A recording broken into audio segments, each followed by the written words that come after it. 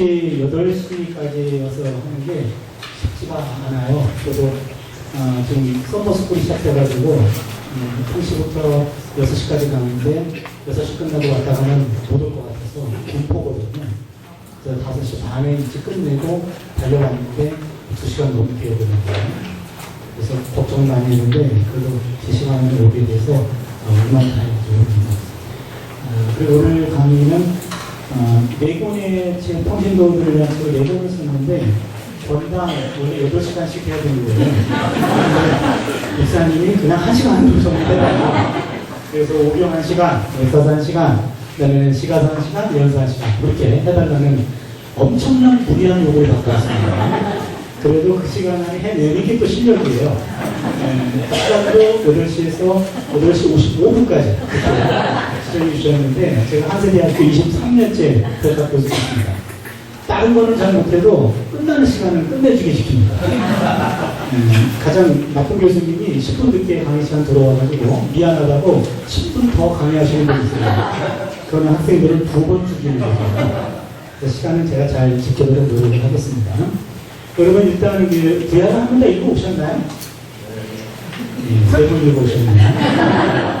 알겠습니다. 수준은 어느 정도인지 이해하겠습니다. 네, 그러면 5경, 일단 5경 마스터인데 구약 구조를 보여주시면 5경과 역사서가 있죠? 5경과 역사서가 있고 그 다음에 예언서가 있는데 5경은 몇 권이죠? 5권. 역사서는요? 네, 벌써 끝났어요. 여호수아서, 사사기, 룻기, 사무엘상하, 열왕기상하, 역대기상하, 에스라, 느헤미야, 에스더 12권입니다. 그렇게 해서 5권, 5권, 12권에가 17권입니다. 5경과 역사서가. 그것은 이스라엘을 위한 하나님의 구원 행위입니다. 완전히 이렇게 위에서부터 아래로 내려오는 하나님의 구원 행동, 액션을 보여주는 거고, 예언서는요. 예언서는 지금 여러분 잘 알고 있는 이사야, 예레미야, 에스겔이라고 하는 3대 예언자, 여기에 다니엘이 들어가 있고 예레미야, 에가가 중간에 들어가 있죠. 5권. 소예언서 12권. 토탈 17권. 17권도 예언서는 하나님이 이스라엘 사람들에게 예언자를 통해서 주신 말씀입니다. 말씀인데 시가서와 지혜서는 욥기, 시편, 잠언, 전도서, 아가 5권입니다. 5권은 하나님의 구원 행동과 말씀에 대한 인간의 응답입니다. 굉장히 중요한 대목인데요. 지금 5경과 역사서는 위에서부터 아래로 주어지는 구원 행동, 그 다음에 예언서는 하나님의 말씀, 시편, 그 다음에 시가서, 지혜서는 인간의 응답입니다. 그렇게 성경은 중심이 2개입니다. 타원형으로 되어 있어서 위에서부터 아래로 주어지는 하나님의 계시, 그 다음에 그 계시에 대한 인간의 응답. 성경의 중심축은 2개입니다. 성경은 하나님의 일방적인 작품이 아니라 인간과 더불어 만들어낸 작품이에요. 그래서 위로부터의 계시와 인간의 응답 2가지를 다 보여주고 있습니다. 그런데 시가서에서는 하나님의 행위와 말씀에 대한 인간의 응답인데 여기 보시면 하나님이 늘 행동하시고 하나님 만약에 행동해 주시고 우리 삶 속에 개입하시고 하나님 말씀을 주셨어요. 그러면 시인들은 어떤 반응을 보였나요? 하나님을 찬양했겠죠. 이게 찬양입니다. 그런데 하나님이 늘 행동하시는 건 아닙니다. 하나님이 부재하셔요. 그 다음에 하나님이 침묵하십니다. 이때 이스라엘 시인들은 하나님께 탄원의 기도를 올렸습니다. 탄원시입니다. 그래서 시편은 크게 보면 찬양시와 탄원시로 구성되어 있고 찬양은 노래고 탄원은 기도입니다. 시편은 노래책이면서 그리고 기도책입니다. 인간이 하나님과 소통할 수 있는 방법은 딱 2가지입니다. 찬양과 기도입니다. 그래서 인간의 영혼의 해부도를 보여주는 것이 시편이다. 그렇게 해서 우리가 셋째 날 마지막 날인가요? 그때는 시편 공부를 좀 해볼 생각입니다. 오늘은 바로 여기 5경 부분입니다. 하나님의 구원 행동을 보여주는 5경과 역사서 중에 5경, 내일은 역사서, 그 다음은 이제 예언서 시간 이렇게 진도를 나가겠습니다. 구약의 메시지를 보겠습니다. 원역사입니다. 1장부터 11장까지를 우리는 원역사라고 얘기하는데요. 창세기 1장 10절에 보시면요. 보면요. 태초에 하나님이 뭐라고 되어 있죠? 천지, 하늘과 땅을 창조했다. 그렇게 나옵니다. 2장 4절 A로 나누는데요. 하나님이 하늘과 땅을 창조했다고 나와요. 여러분 2장 4절 B부터 이제 이거는 3장 25절이니까 이렇게 나누는데요. 2장 4절 한번 성경을 보실까요? 성경에 볼 시간이 있을지 모르겠는데요. 성경을 일단 눈으로 봐주시고 이것이 천지가 창조될 때에 하늘과 땅의 내력이니 여호와 하나님이 땅과 하늘을 만드시던 날이에요. 여러분 거기에 성경에다가 이것이 천지가 창조될 때 하늘과 땅의 내력이니 해놓고 거기다 슬래시를 하나 해줬어요. 거기서 끊어집니다. 그 앞에를 A라고 부르고 그 뒤를 B라고 표현해요. 그러면 A 부분을 보시면 하늘과 땅의 순서로 나옵니다. 하늘과 땅이 나오죠? 그렇죠? 그런데 2장 4절 하반절을 보시면 야훼 하나님이 땅과 하늘입니다. 뭐가 먼저 나오죠? 땅이 나오고 하늘이 나옵니다. 이 순서가 굉장히 중요합니다. 창세기 1장은 태초에 하나님이 하늘과 땅을 창조했다. 천지라는 말은요, 그런 한 단어로 나와 있는데 히브리어는 천지를 두 단어로 표현합니다. 하늘과 땅을. 그래서 창세기 1장은 하나님이 땅과 하늘을 창조했다. 4절 3관절에 이것이 천지가 창조될 때 하늘과 땅의 내력이다. 포인트는 하늘에 가 있습니다. 2장 4절 하반절에는 하나님이 땅과 하늘을 만드시던 날에 2장 5절을 보시면 땅에 비가 없었고 그래서 땅 얘기가 나와요. 그래서 1장은 우주 창조고 2장은 인간 창조가 됩니다. 그래서 1장과 2장은 상호 보완적이에요. 1장은 하나님의 창조를 우주론적 관점에서 기록한 거고 2장은 하나님의 창조를 인간 창조 관점에서 기록한 겁니다.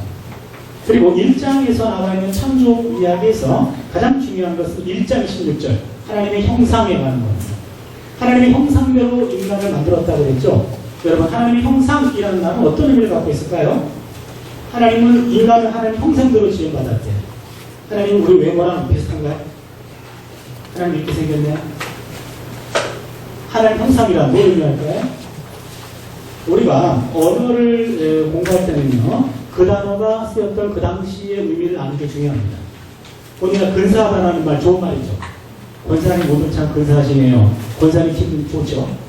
그렇죠? 안 좋으세요? 좋으시죠? 그렇죠?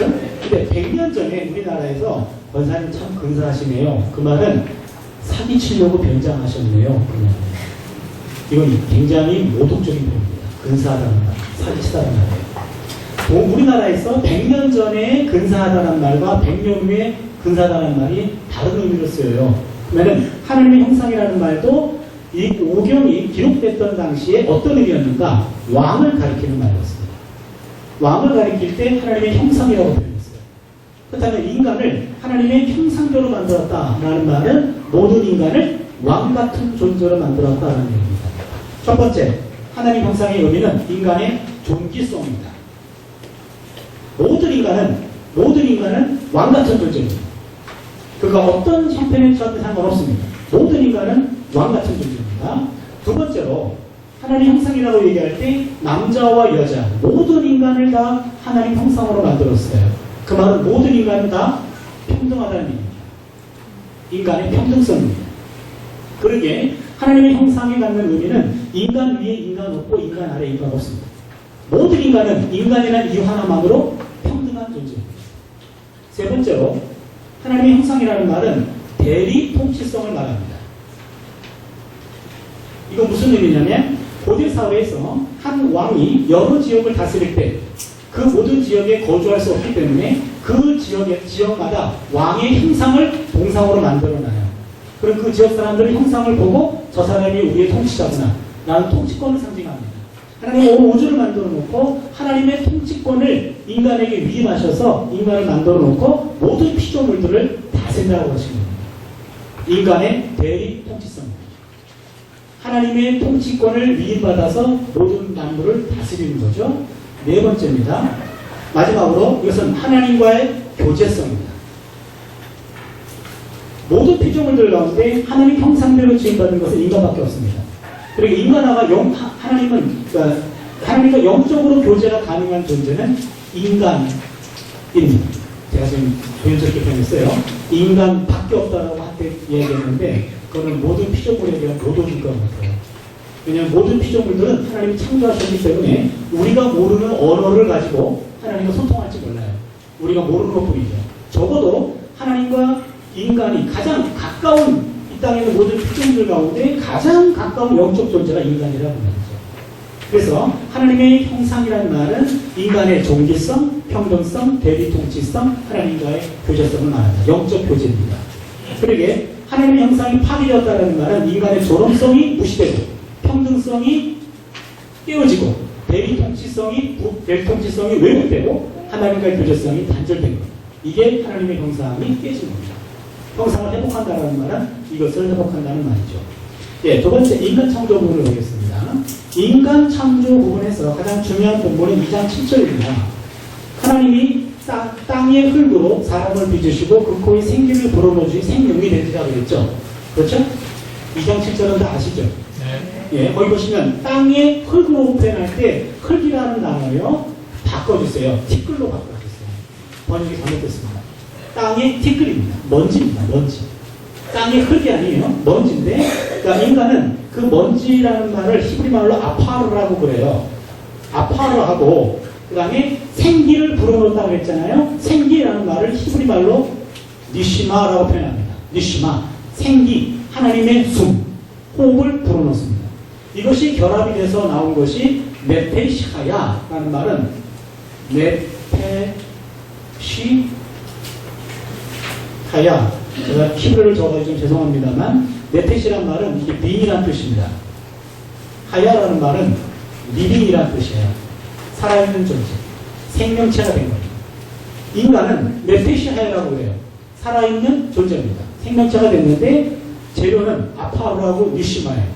아파르는 땅에 있는 티끌과 그 다음에 먼지죠. 니시마, 하나님의 숨, 하나님의 호흡. 이것이 나중에 루아흐라는 말과 동명가 됩니다. 루아흐라는 말 안 들어보셨죠? 루아흐라는 말은 영이라는 뜻이에요. 성령의 영. 그래서 인간은 정확히 표현하면 티끌과 하나님의 영이 결합된 것이 인간입니다. 그러니까 인간은 두 가지 속성이 내 안에 공존하고 있어요. 먼지와 하나님의 영입니다. 내 안에 먼지가 가득하면 물질이 나를 지배합니다. 물질이 나의 신이 됩니다. 그러면 그 사람은 동물급으로 전락합니다. 물질 따라 사는 거죠. 하나님의 영이 충만해지면 내 안에 있는 먼지를 잠잠케 합니다. 하나님의 영이 나를 지배합니다. 그런 사람들은 거의 성인으로 살아갑니다. 그리고 모든 인간은 동물로 전락할 가능성과 성인으로 올라갈 가능성, 양면을 지닌 존재가 인간입니다.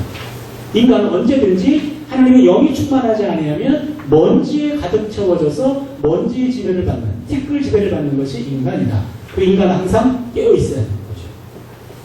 세 번째입니다. 타락, 3장 타락을 보면은요. 여러분 3장에 보면은요. 창세기는 1장과 2장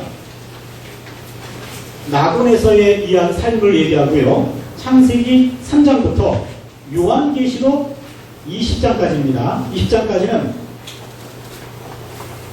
지금 시간이 없어가지고 글자만 날아다니는데 그래도 이게 직접 제가 앞에서 얘기하는 거니까 이해해 주세요. 22장 이거는 이제 요한계시록의 마지막이죠. 이것은 내가 새하늘과 새 땅을 본다라는 표현이 나와요. 굉장히 중요한 내용입니다. 여러분 성경은 1장과 2장은 에덴 동산, 낙원에서의 이야기고 3장에 타락하고 추방당합니다. 3장부터 구약 전체 신약 요한계시록 20장까지 낙원을 잃어버린 사람들의 삶이에요. 그리고는 요한계시록 맨 마지막 2장, 21장, 22장 내가 새하늘과 새 땅을 본다. 바로 갱신된 바로 낙원을 얘기하는데 낙원을 회복했다. 복낙원을 말해요. 그러니까 성경은 맨 앞에 있는 2장과 맨 뒤에 있는 2장이 서로 상응합니다. 이때 3장에서 인간이 타락합니다. 인간의 타락이란 사중관계가 파괴되는 것은 말이에요. 바로 인간은 하나님과 관계를 맺고 있고 그 다음에 자기 자신과 관계를 맺고 있고 타인과 관계를 맺고 있고 자연과 관계를 맺고 있습니다. 인간은 사중 관계를 맺고 있어요. 이 모든 관계가 온전해진 상태가 창세기 1, 2장입니다. 3장에 와가지고 인간이 하나님께 불순종함으로 인간과 하나님의 관계가 깨져요. 깨지자 인간은 자신을 무화과나무로 가려요. 자신과의 관계가 깨집니다. 내가 나를 부끄럽게 여기는 자존감이 상실됩니다.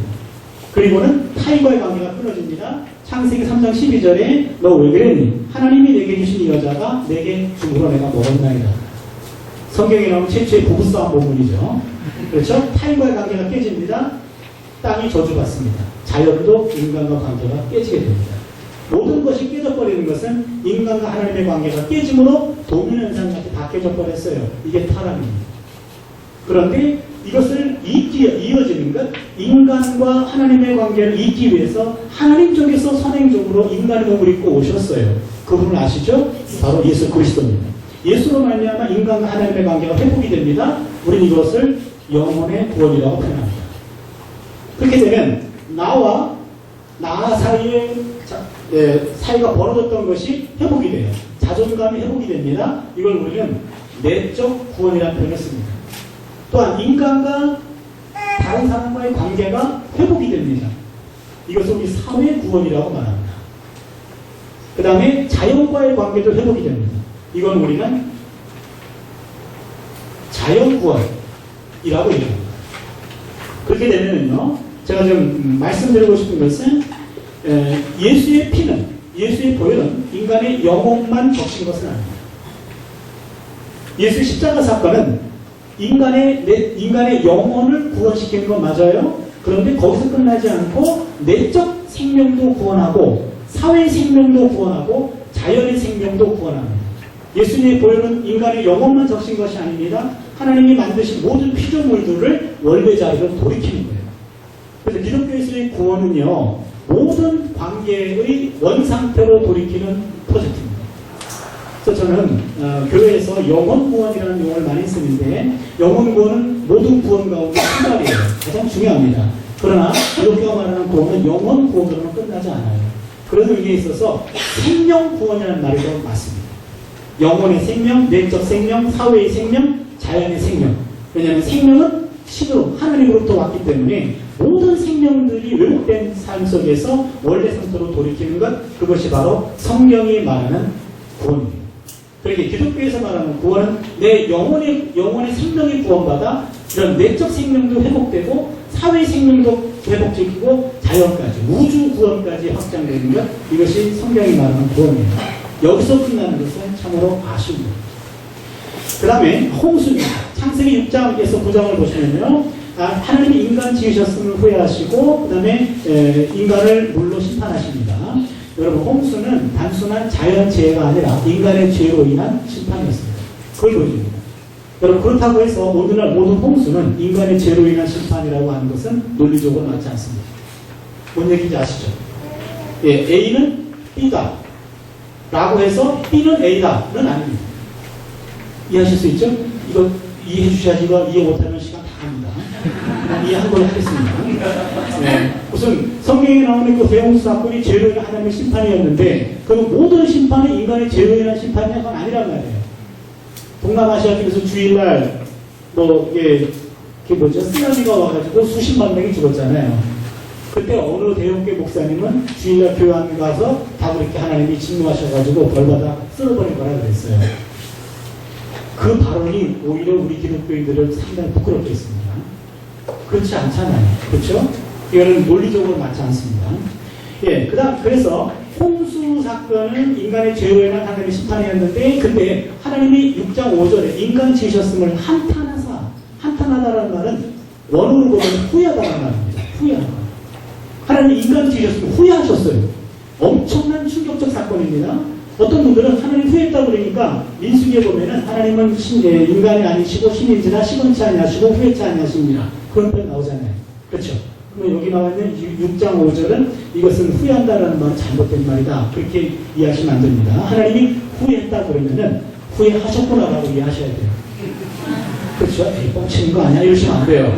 그건 전지하다며 그것도 모르고 인간 만드셨어? 그런 식으로 따지면 안 돼요. 그런 사람들을 위해 가지고 지옥을 만들어야 돼요. 하나님이 정말로 후회했다 그러면은 그 순간에 얼마나 가슴이 아팠겠는가. 인간을 만들어 놓고 후회하셨대요. 그러면 인간이 못된 것을 얘기하는 거지. 하나님 그것도 몰랐어요? 라고 잘못 돌리면 안 돼요. 성경에 보면 하나님이 후회했다는 표현 가끔 나옵니다. 그리고 하나님의 후회는 과연 어떤 의미가 있는가? 그건 좀 더 고민 좀 해보세요. 아무튼 홍수 사건에서 하나님 인간 지으셨음을 후회하셨고, 그래서 인간을 다 심판하셨습니다. 그 다음에 바벨탑 사건으로 넘어갈까요? 바벨탑 사건은요, 인간들의 교만으로 인한 하나님의 심판이었는데요. 인간이 이제 바벨탑을 쌓았다라는 말은요, 바벨탑은 이게 계단형 재단인 거 아시죠? 이 재단을 쌓아놓고 계속 올라가다 보면 맨 위에다가 단을 쌓아놓고 하나님의 제사를 드리는 거예요. 요즘에 이라크가도 아직 남아있습니다. 이것을 지구라시라고 해요. 높은 거는 94.1m까지 남아있습니다. 그렇다면 이 재단을 쌓은 것은요, 하나님께 도전하기 위함이 아니라 단을 쌓기 위한 신앙의 표현이에요. 그럼 뭘 잘못했는가? 쌓아 올림이 잘못된 것이 아니라 이 정도 기술이 발달되자 이제는 두 가지 잘못을 보네요. 우리가 우리 이름을 내고, 이름을 낸다는 말, 이름을 원하는 이름을 짓는다는 말이에요. 이름은 거기에 인간의 운명이 담겨 있습니다. 그래서 구약성경에서 이름을 질 때는요, 기도하고 이름을 집니다. 하나님께 상의하고 줘요. 근데 이쯤 되니까 이제 우리 운명 우리 마음대로 하지 않게 된 겁니다. 이 정도까지 갔으면 이제 하나님 코앞에까지 갔는데 우리 운명은 우리가 알아서 하자. 교만입니다. 두 번째는요, 흩어짐을 면하자 그랬어요. 창세기 1장 28절에 흩어지라고 얘기했습니다. 하나님이 문화명령을 전면 거부한 겁니다. 인간이 문명이 발달할수록 교만해졌다는 거예요. 그래서 이 본문은 지금 바벨탑 사건은 인간의 교만으로 말미암아 하나님이 인간의 문명을 심판하신 겁니다. 중요한 것은 문명 자체를 심판한 것이 아니라 인간을 흩으셨습니다. 바벨탑을 무너뜨린 게 아닙니다. 여러분, 우리 삶이 윤택해지고 문화가 발전되는 건 하나님이 싫어하지 않습니다. 그것 때문에 인간이 교만해질 때 인간의 마음을 하나님이 심판하시는 거죠. 그래서 아놀드 소입이라는 사람이 재미있는 말을 했어요. 개하고 닭하고 대화를 합니다. 개가 닭에게 묻습니다. 야, 너는 네가 아침에 새벽마다 꼭 깨워 하고 울어줘야 우리가 네 소리 듣고 깰 텐데 요즘에 울지를 않냐 그랬어요. 근데 닭이 하는 말이, 야, 너 알람시계라는 거 아니야? 그래요.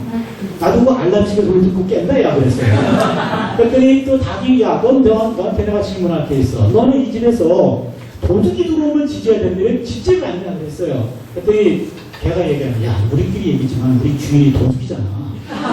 어떻게 맨날 내가 짖냐? 이 토입이 가는 우화예요. 무슨 얘기입니까? 인간의 문명이 알람시계가 나오고 이렇게 발달할수록 인간의 도덕성과 영성은 타락합니다. 우리 삶이 윤택해질 때 우리가 조심할 것이 있어요. 점점 하나님 앞에서 더 겸손해져야 되지. 하나님 앞에 하나님과 점점 거리를 둔다면 우리의 삶은 하나님이 우리를 아끼시기 때문에 우리의 교만을 꺾으실 거라 그런 얘기죠.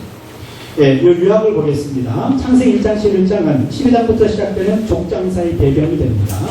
도표를 보시면 죄와 심판과 구원이 나와요. 3장은 인간의 죄는 불순종, 3장의 심판은 에덴 추방, 구원의 표시로 가죽옷을 입힙니다.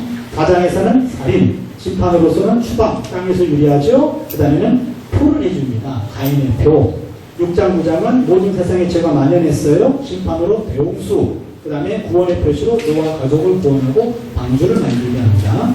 11장에서는 인간의 죄는 교만, 그 다음에 심판은 성 건축을 중지시킵니다. 인간의 뜻입니다. 성을 무너뜨리지 않았어요. 문명 자체는 심판 대상이 아니에요. 그런 문명을 일으키면서 교만해지는 인간이 심판의 대상입니다.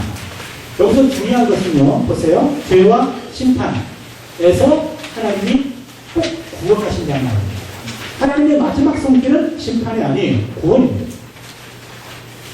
그런데 인간은 또 죄를 범합니다. 또 심판받아요. 또 하나님은 거기서 끝내지 않아요. 구원하십니다. 하나님의 계속해서 되는 구원의 역사는 인간의 죄로 말미암아 계속 실패합니다. 그러자 하나님이 방법을 바꾸십니다. 어떻게 하십니까? 이제는 창세기 12장에서 구원의 표시로 아브라함을 부르십니다.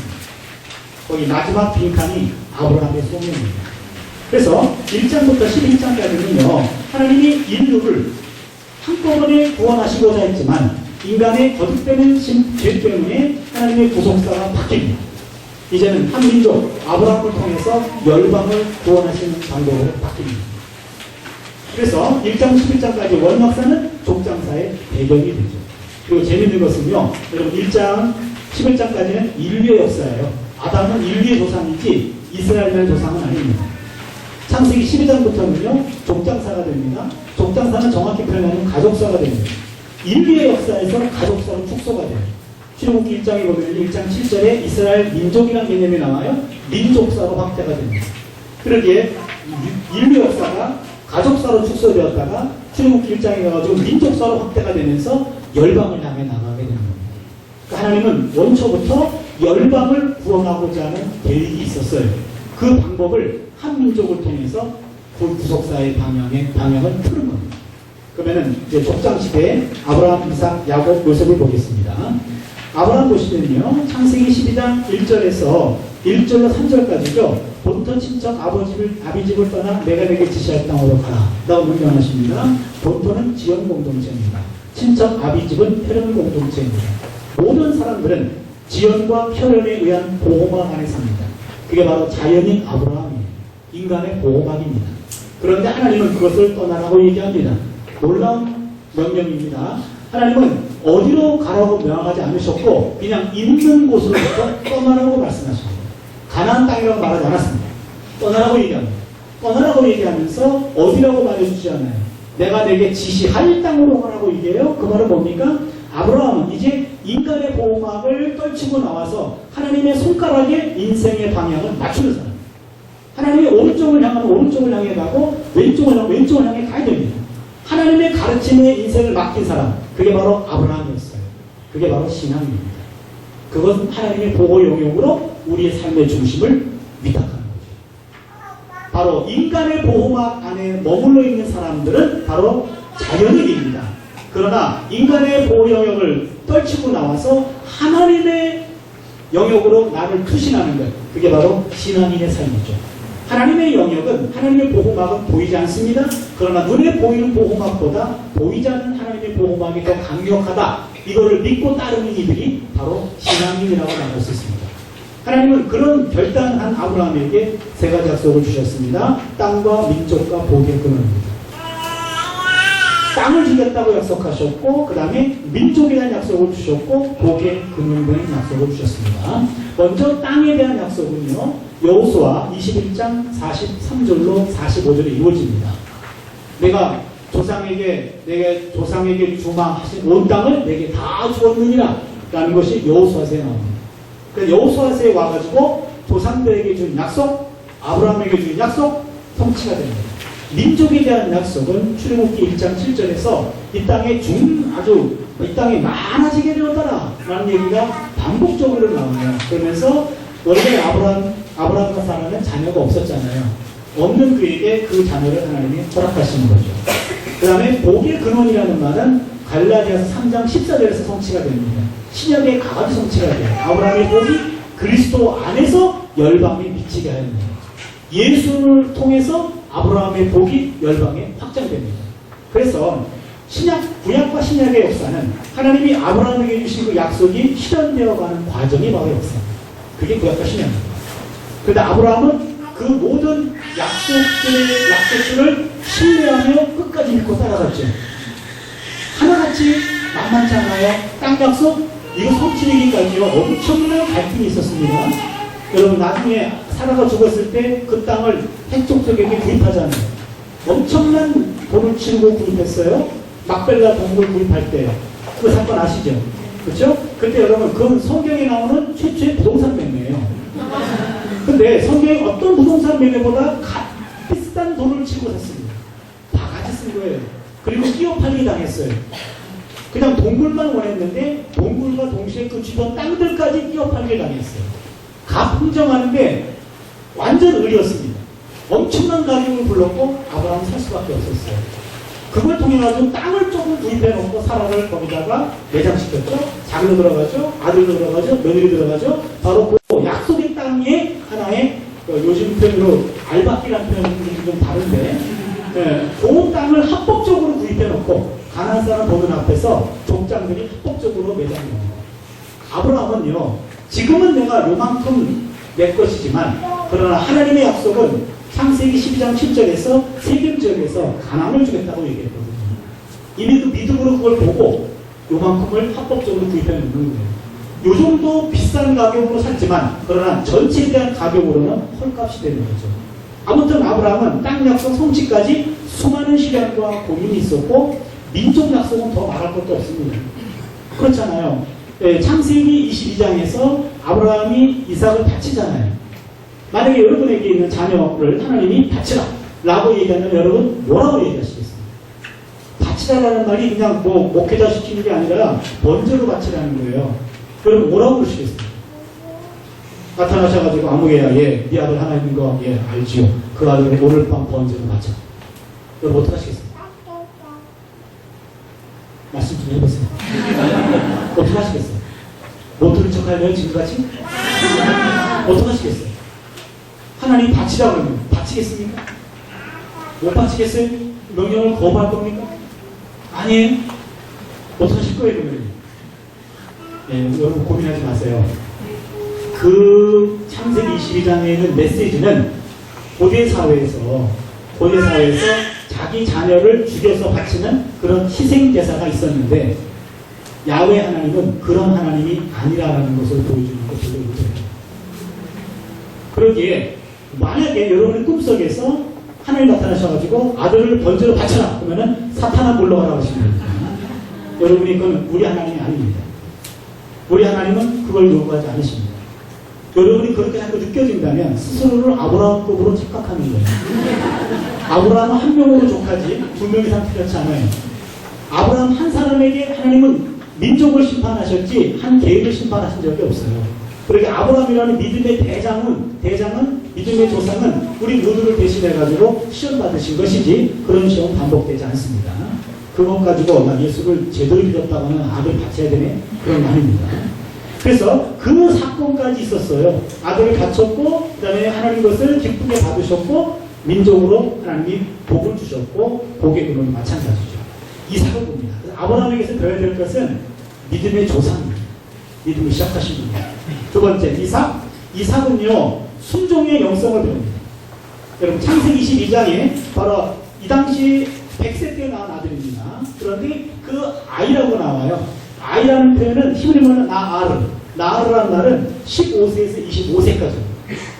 그러면은 이삭이 모리아산을 올라갈 때 장작하고 무거운 건 지가 들고 가요. 칼은 아버지가 들고 가고. 그러면 그 무거운 걸 가지고 올라갈 정도의 힘은 있어요. 그 다음에 제사법도 알아요. 아니 왜 양이 없습니까? 그 정도 알아요. 최소한 15세입니다. 많은 25세까지도 돼요. 그런데 하나님이 준비했을 거야 라고 얘기하더니 갑자기 정상에 올라가더니 묶어요. 그리고 칼로 목을 베려고 그래요. 보통 아들이라고 한다면 이게 아버지가 할아버지급 아버지잖아요. 그렇잖아요. 내가 20살이면 아버지는 120세예요. 그러면 아니 아버님 왜 그러십니까? 갑자기 치매가 왔습니까? 라고 얼마든지 물리적으로 제압이 가능해요. 그런데 죽기까지 순종합니다. 죽기까지. 바로 그것이 순종의 미성입니다. 이삭을 보면은요, 이삭의 이 4명의 족장 가운데 가장 유복하고 편안한 삶을 살아가는 족장은 야곱밖에 없어요. 이삭밖에 없어요. 이거 보면요, 이삭은요, 한 번 크게 뒤고 평생 편안했어요. 이것밖에 없습니다. 그래서 이 순종을 보여준 거죠. 그래서 이 이삭의 순종은 겟세마네 동산에서 하나님 아버지에게 순종하는 예수의 모습을 볼 수 있습니다. 죽기까지 아버지에게 순종하는 것입니다. 순종의 영성이죠. 야곱은 열정입니다. 여러분 야곱은요 인생의 전반부를 배워서는 안 돼요. 야곱 인생의 전반전은 사기꾼이죠. 그렇죠? 사기꾼인데 그 사기꾼이 사기치고 도망갔는데 아니 왕 사기꾼을 만나죠. 장인 라반이라는 왕 사기꾼을 만나가지고 20년 동안 속아요. 그걸 통해서 죗값을 치르고 인간이 됩니다. 인간이 되고 이제는 사람이 바뀌어요. 또 돌아오게 되면서 야복강 32장에서 야복강에서 두 패로 나눕니다. 형이 한 패를 치면 뒤쪽 패를 도망가게 하려고 그렇게 해놓고 홀로 강가에 남아서 기도합니다. 기도하고 점검하고 기도하고 아주 치밀한 사람이에요. 열정의 사람이에요. 자기의 어떤 계획을 이루기 위해서 기도도 하고 자기 인간의 역할도 감당하는 두 가지를 골고루 감당하는 어떤 열정을 지닌 사람, 이게 바로 야곱이고요. 요셉이라는 사람은요, 꿈꾸는 자가 오는도다, 그런 얘기 많이 하죠. 요셉에게서 제가 배울 수 있는 것은 임마누엘의 영성이에요. 여러분, 창세기 37장에 요셉이 등장합니다. 17살입니다. 야곱은 요셉을 편애했지요. 11번째 아들이었는데 채색옷을 입혔죠. 노동을 안 시킨 겁니다. 그 형들만 일해요. 그런데 요셉은 할 일이 없습니다. 근데 요셉이 스스로 알아서 하는 일이 있어요. 일 나간 형님들 뒷공기 쫓아가가지고 땡땡이 치는 형 고발하고. 이런 소리를 들을 때마다 형들은 화가 납니다. 근데 할 일이 없으니까 잠도 많아요. 실컷 잠자고 일어납니다. 일어나서 한다는 소리가 꿈 얘기를 해요. 꿈 얘기를 들어보면 형들이 다 기분 나빠요. 그러더니 어느 날은 더 깊은 잠을 자더니 아버님에게 와가지고 아버님과 어머님들에게 전합니다 그랬어요. 야곱도 화가 났습니다. 17살의 요셉은 철딱서니가 없었어요. 형들에게 팔려갔죠. 그리고 39장에 보디발의 아내에게 유혹을 받죠. 그렇죠? 그때 보디발 아내 유혹을 물리칩니다. 그때 39장에서 요셉의 내면을 읽으시는 대목이 나와요. 39장 2절에 보시면 하나님 요셉과 함께함으로 형통했다라고 나와요. 39장 3절 함께함으로 형통했다고 나옵니다. 감옥에 들어갑니다. 함께함으로 간수장에게도 물려들어요. 거기 형통합니다. 그러게 요셉의 영성은 임마누엘의 영성입니다. 한순간도 하나님의 임재하심을 놓치지 않았던 그걸 배워요. 그러게 보디발의 아내가 유혹하는 은밀한 순간에도 그는 하나님 앞에 별땅꽃처럼 경배했습니다. 하나님을 봅니다. 그거예요. 하나님을 놓치지 않는 거죠. 여러분, 임마누엘이라는 말은 우리하고만 함께 하시는 것이 아니라 우리 모두와 함께 하신 하나님이죠. 그렇죠? 그런 의미에서 저는 임마누엘의 은총이라는 말을 붙입니다. 은총. 보편적이에요. 하나님은 우리하고도 함께 하시는 걸 믿으시죠? 네, 그렇다면 요셉은 임마누엘의 은총을, 그래서 형통이라는 것은 저는 능력이라고 이름 붙입니다. 임마누엘의 능력. 은총이 능력으로 나타났어요. 함께 하심이 형통으로 경험됐습니다. 그러면 왜 우리한테는 임마누엘의 은총이 형통으로 나타나지 않는가? 요셉에게는 있는데 우리에게 없는 것이 무엇인가? 저는 그것을 임마누엘의 영성이라고 봅니다. 요셉에게는 한순간도 하나님의 임재를 놓치지 않는 그 임마누엘의 영성이 있었기 때문에 은총을 능력으로 바꿀 수 있는 그런 능력이 있었던 겁니다. 바로 그 능력이 우리가 요셉에게서 배워야 되는 거죠. 족장들은 아브라함에게서 믿음의 조상, 그 다음에는 이삭에게서 순종의 영성, 야곱에게서 열정의 영성, 그 다음 요셉에게서 임마누엘의 영성을 배웁니다.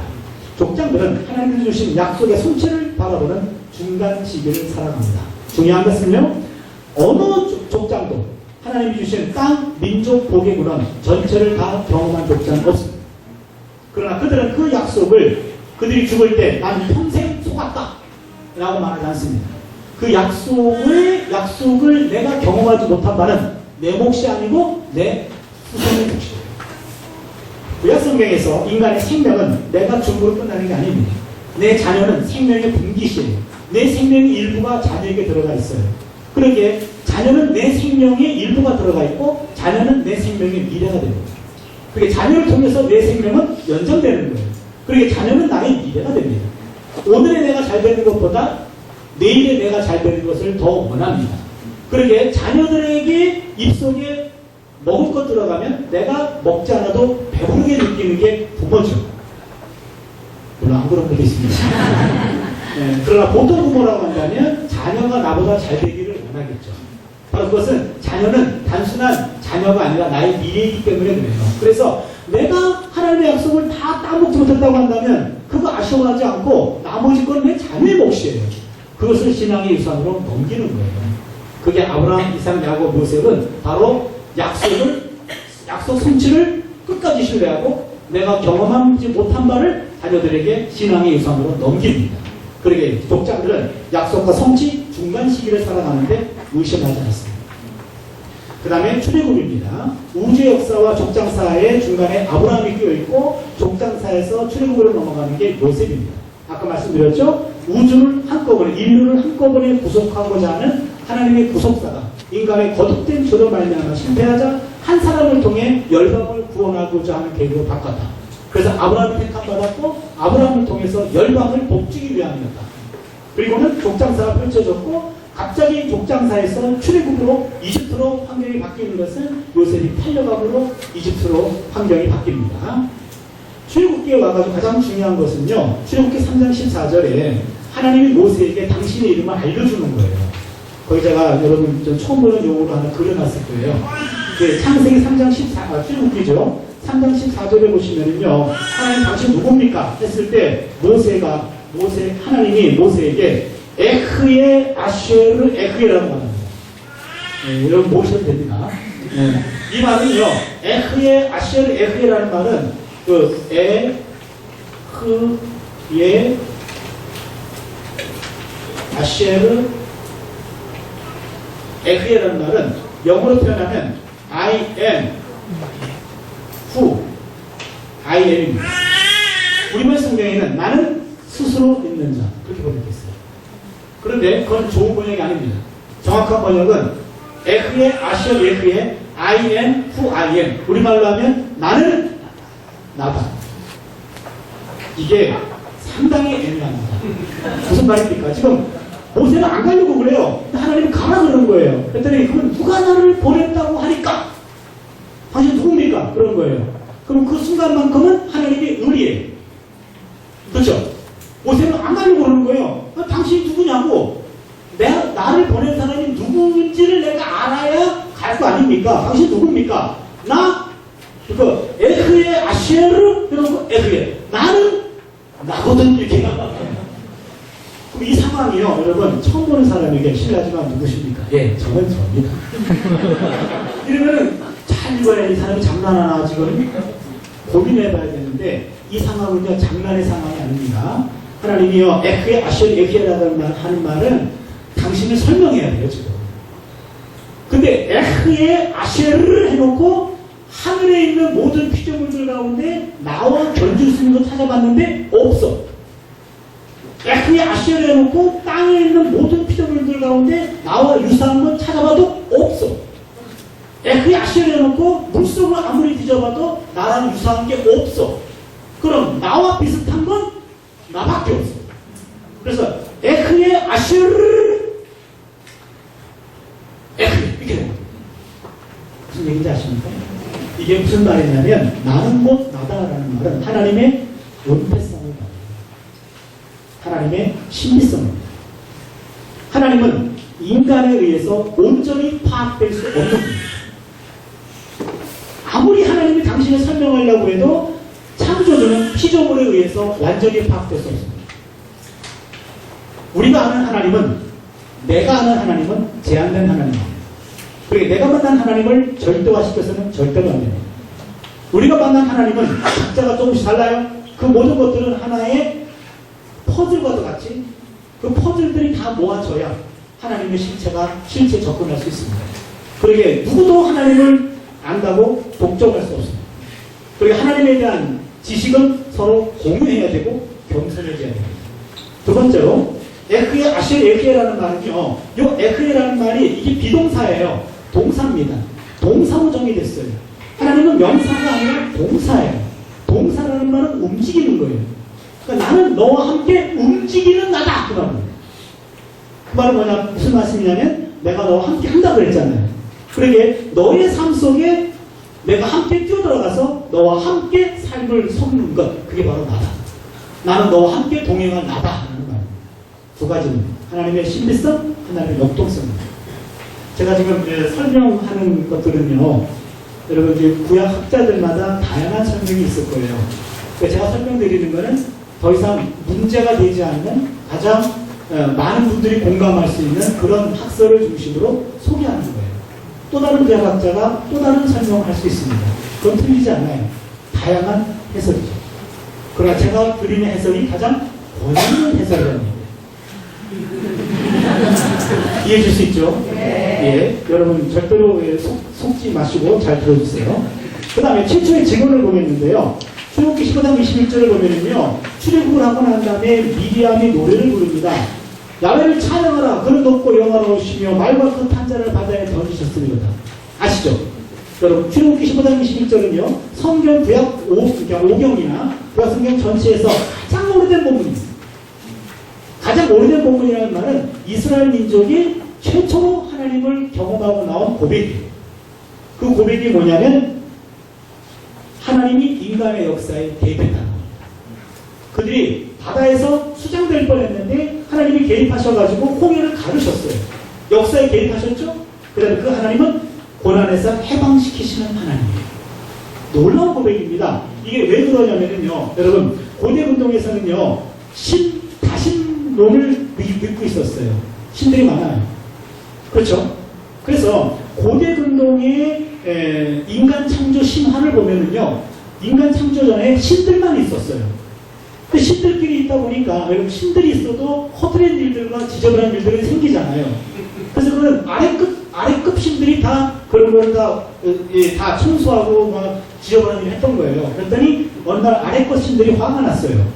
아니 지들도 신이고 나도 신인데 이거 너무한 거 아니냐라고 아래급 신들이 위급 신들에게 반란을 일으켰네요. 그랬더니 신들끼리 모여가지고 우리 그러지 말고 그러면은 지저분하고 그 다음에 그런 더러운 일들 이런 일들을 시키기 위해서 우리 인간을 만들자.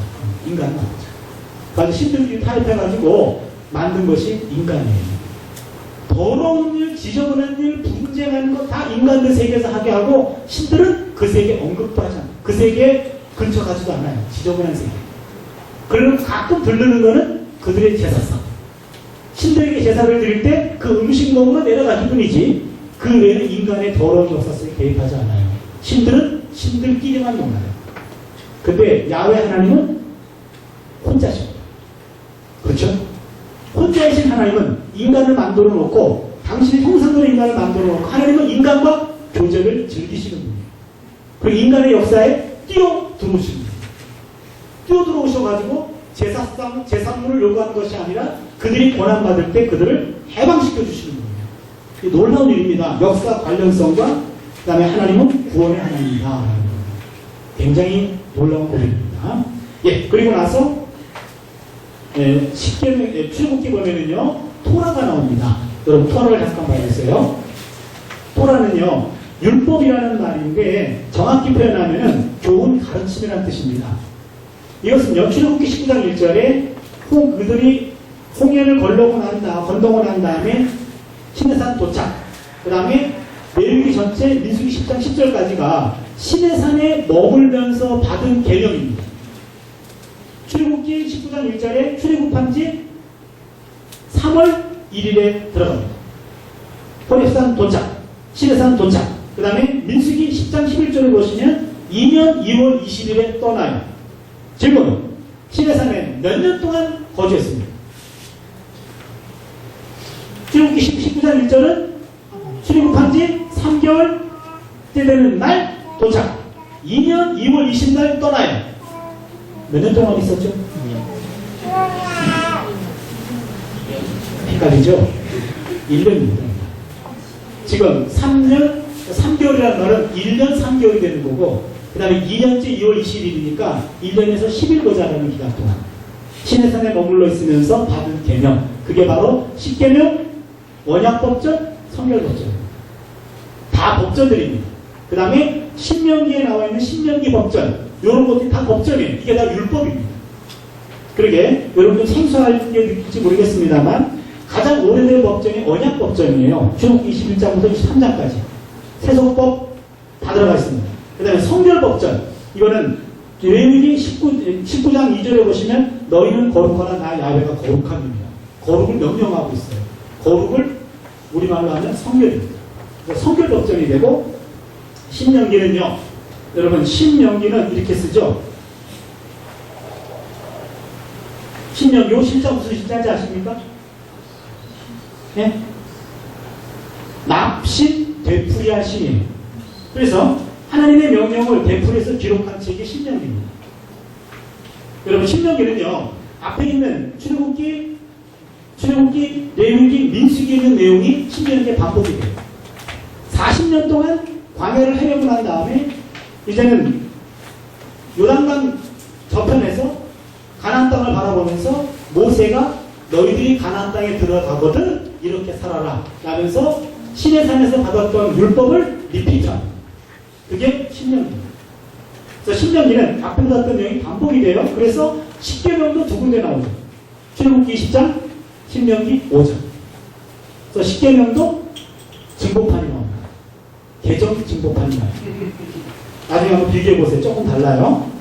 예, 그래서 모든 토라는 지금 5경 안에 있다. 이 모든 토라를 다 세면은 613가지가 됩니다. 5경 안에 있어요. 어떤 학자가 이걸 다 세봤어요. 유대인 학자가 세봤습니다. 이분이 세 김에 더 세분해봤더니 248개명은 긍정명령입니다. 긍정율법입니다. 해라. 365는 하지 말라는 말이에요. 부정율법입니다. 이분의 해석입니다. 인간의 뼈마디가 248마디 돼요.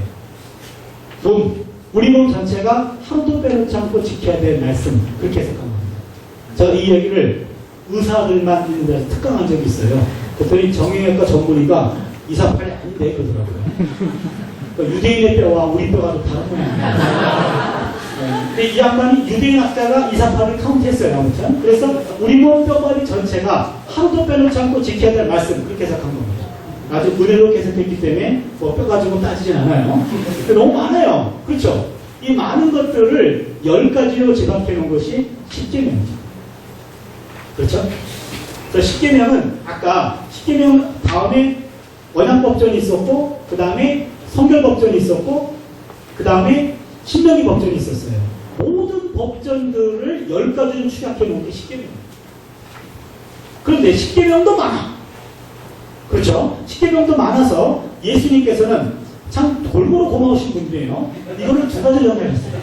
첫 번째는 하나님 사랑, 두 번째는 이웃 사랑. 둘로 나눴어요. 하나님을 사랑하는 것, 이웃 사랑입니다. 이웃을 사랑한다. 둘로 나누었는데 더 중요한 것은요, 여러분, 원래 유대인들은 하나님을 사랑하라. 신명기 6장 5절, 쉐마 이스라엘. 오직 하나님은 한 분이시다. 그래서 마음과 뜻과 정성을 다해 하나님을 사랑하라. 이게 유대교에서 말하는 구약 전체를 집약한 말입니다. 유대교 강령이에요. 그런데 거기에다가 예수님이 도전장을 내리십니다. 둘째도 그와 같으니 그러니까 내 이웃을 내 몸같이 사랑하라. 하여튼 거기다가 이웃 사랑을 껴넣었어요. 이게 폭탄선언. 여기부터 유대교와 기독교가 나눕니다. 그래서 요거 하나님 사랑은 신명기 6장 5절에서 왔고 이웃 사랑은 레위기 19장 18절에서 왔어요. 하나님 사랑은 신명기 법전에서 왔고 이웃 사랑은 성경 법전에서 왔습니다. 그래서 하나님 사랑과 이웃 사랑을 동급으로 취급한 게 예수였다. 그거를 요즘에 최근에 어떤 신약학자가 이것을 지저스 크리드라고 해요. 그런 이름을 붙였습니다. 예수 신경. 여러분 사도신경이라는 말 들어보셨죠? 사도들이 신경 써서 만든 거. 맞는 말이에요. 사도들의 신앙을 교리로 제작해둔 게 사도신경이에요. 예수께서 신경 써서 만든 거 예수신경. 그게 하나님 사랑과 이웃 사랑. 이것이 사랑의 이중계명이죠. 이게 기독교 정신입니다. 그런데 요 하나님 사랑과 이웃 사랑에서 예수님의 마음은 이웃 사랑에 가 있었어요. 이웃을 사랑하는 것이 꼭 하나님을 사랑하는 거다. 라고 하면서 그 신중을 정리했던 것이 바울입니다. 신약성경에 로마서 13장 8절, 갈라디아서 5장 14절, 야고보서 2장 8절, 로마서 13장 8절, 갈라디아서 5장 14절, 야고보서 2장 8절 이 세 군데에 와가지고 이웃을 사랑하는 것, 그것이 율법의 핵심이다. 나옵니다. 그리고 기독교 정신은요, 여러분, 이웃 사랑이에요. 알버트 슈바이처라는 분 있잖아요. 그 의사이면서 아프리카에 가가지고 순교 활동하셨던 분 있잖아요. 알버트 슈바이처가 그런 말 했습니다. 기독교의 이단은 가르침에 틀림이 있지 않고 이웃을 사랑하지 않는다.